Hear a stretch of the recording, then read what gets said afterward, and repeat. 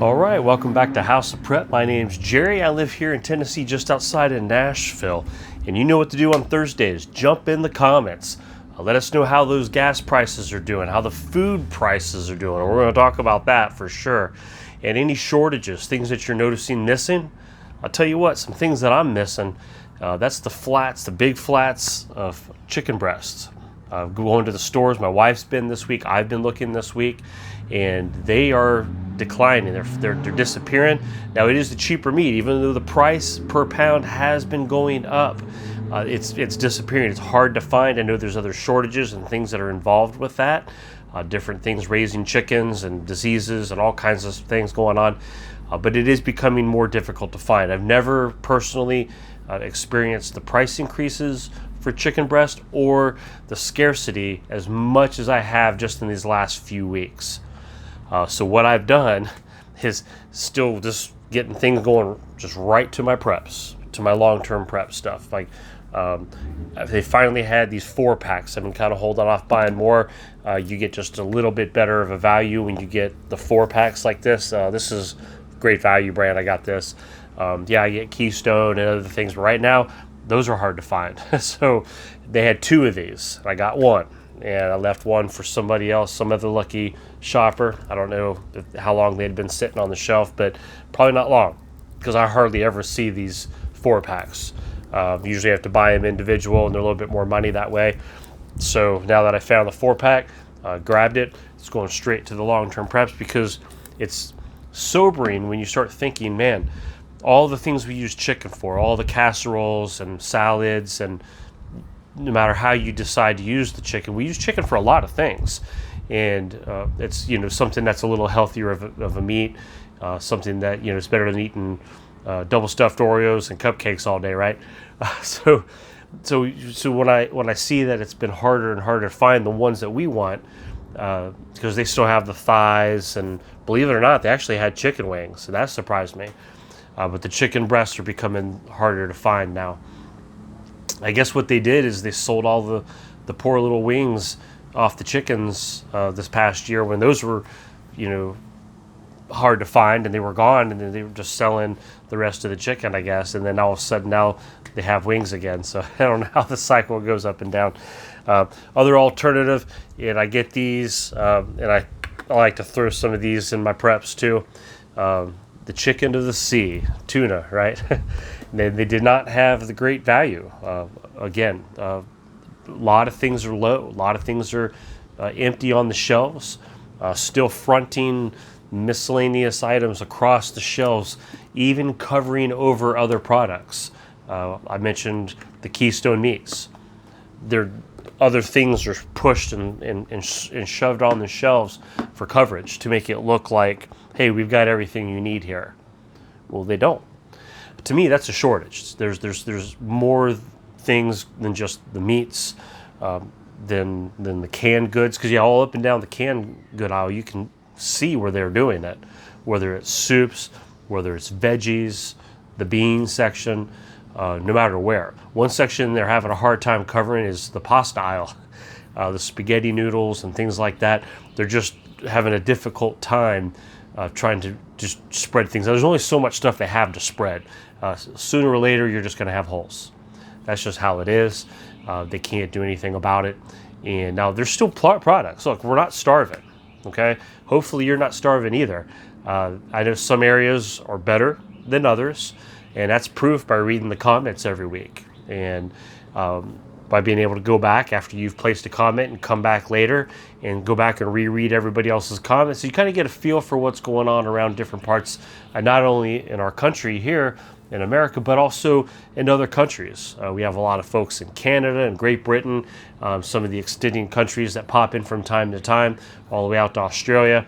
And people will jump in and say, hey, this is what our country is doing. And I love reading that. I love seeing how other countries are, that their society there is reacting, that their communities of what they're facing with some of these different shortages. And I wonder, like Europe, we have a lot of Great Britain folks here that are subscribers on the channel. Feel free to jump in. Let us know how things are over in your neck of the woods and maybe some changes that have been taking place. Look, prices. man, my wife usually will do a big grocery run every week, and because she likes to sit down and you know how you make your list of meals that you're wanting to prep for the week. She's been really, really good at doing that, coming up with new ideas, new crock pot things. And if I could ever get her to do a video, we could have her talk about some stuff, but still coaxing her, still haven't given up on it. But she's just not quite ready yet. But all kinds of things.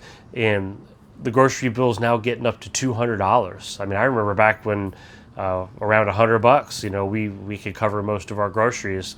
And you know how it is. You're always making other runs here and there, and we still do that. But our overall grocery haul is now topping at $200 easy for a household of 3 people. And it's just amazing. You know, and it's not like we're buying, like, again, we're not buying the expensive meats and the steaks and things like that. You were trying to be frugal with the money and try to catch things on sale. There's only so much you can do. Everyone's feeling the pinch. Prices are going up through the roof on everything. We just take a time and compare an item that you used to buy now with what you're paying. Some people have the habit of just going in and buying it, and it is what it is. They don't even read the total at the register. They swipe their card and they go. And hey, you know, maybe that's a good thing. Put blinders on, you don't have the pain, right?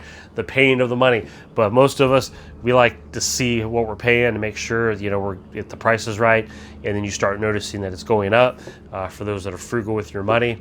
And then the pain sets in. That is reality. The reality is our wallets are getting thinner. It's taking a little bit more in your money. We've mentioned in the past about like going out to eat. From time to time, I like to take my wife out. That's kind of like a date night. We kind of get out and have somebody else cook and clean for us and serve us and all that stuff. And it's good to do from time to time. But you got to stretch those times out further and further because things are getting more and more expensive. Now, I know some of you have said, you know what, we've tapped out. We don't eat out anymore. It's a thing of the past. I don't even remember what it's like. But some people, we still do that. We still like to go out to eat. Now, I do tell you what, people are still traveling. You pull up the VRBOs and the Airbnbs and start looking at prices to go to the beach or to go somewhere around the country. They're booked. People are booking up for the summer. People are still paying outrageous prices for renting places, for facilities. And people are paying. People want to still do their vacation. They're putting it as a top priority. Some people say, hey, I can't do it this year. I'm doing a balance here in about a month. I'm going to be going down to Florida. My kids will be in town. I'm taking them down to see all my family, my mom and dad down there. I'd like to hopefully do a video again with my mom's pantry. If you all remember, I did that back around the holidays. It was a lot of fun, and be able to go down and go to the beach. But it's nice that I can stay there. That's the only way I can afford it. I couldn't afford to rent those property rentals, staying at the beach and things. And so you just have to think of ways to try to create your own vacation, doing things maybe a little different. Work on your home. Are you doing things to create an environment? Right here in my backyard, and I'm up on an elevated deck. I've got stairs over here to my right. It's going to be to your left on the camera, I guess. But going down the steps, there's a rock wall. If you remember some of my old videos of me walking up, showing me when we got this house, and there's a big yard down there where we put a fire pit down there this past week. And I built this nice fire pit. I'm sure I'll be doing a video down there at some point with the fire going. We can sit around and hang out around the fire, but try to create ways to feel like, you know, we can improve our property to make it feel like relaxation and a vacation-y type of a feel, where you can enjoy what you have. You know, find little things for the family to make memories, to get around, like a fire or whatever you want to make. Put up the trees and the plants and make it look really nice. I have an update about, speaking of planting trees and bushes and things, my blueberry bushes, and I'm sure I'll be showing videos of some fruits to that. A year ago, I planted those blueberry bushes, if those that remember that, and they're already blooming and they're already starting to show good signs of blueberries. I thought that I might have to wait a couple years to get a decent harvest, I'm sure that continues over the next year or two, at getting a little bit better and better as the roots take hold and the plant really feels at home.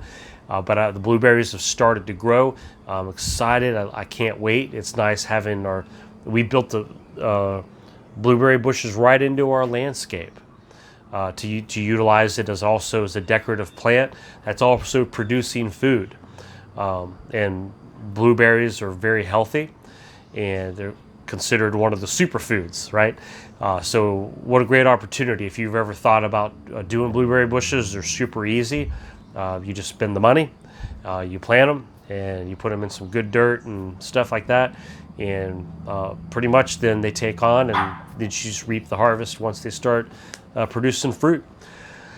So look, guys, I hope you guys are doing well. Oh, gas prices before I go, we're back up to $3.99 a gallon. And it was around $3.92, so it's gone back up, and I'm not sure what the future holds with that as well. So lots of things going on, lots of things to keep an eye on. I hope you guys are doing well. Look, I hope you have a great rest of the day and a good weekend, and I'll try to get another video out before the weekend, Lord willing. And I appreciate each one of you guys. And if you don't mind, hit the thumbs up button on the way out the door. If you haven't hit the subscribe button yet, and maybe you've been watching for a while, and who's this House of Prep guy, and you've been watching, and you're just not quite sure about subscribing, hey, today might be the day. So it's okay.